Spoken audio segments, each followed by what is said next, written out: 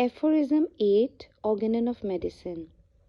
It is not conceivable, nor can it be proved by any experience in the world, that after removal of all the symptoms of the disease and of the entire collection of the perceptible phenomena, there should or could remain anything else besides health,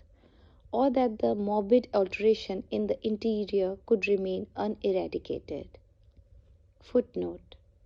when a patient has been cured of his disease by a true physician in such a manner that no trace of the disease, no morbid symptom remains, and all the signs of health have permanently returned, how can anyone, without offering an insult to common sense, affirm that in such an individual the whole bodily disease still remains in the interior? And yet the chief of the old school, Hugh Flint, asserts this in the following words: homeopathy can remove the symptoms, but the disease remains.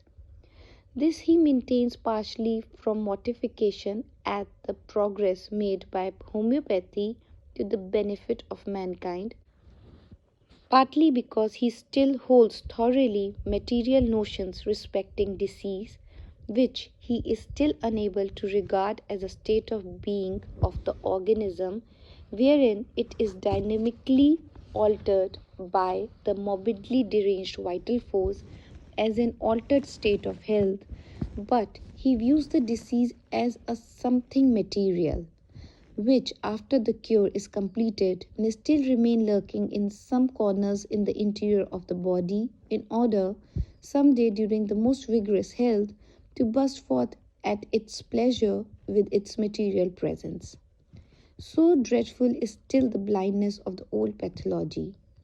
No wonder that it could only produce a symptom of therapeutics which is solely occupied with scoring out the poor patient.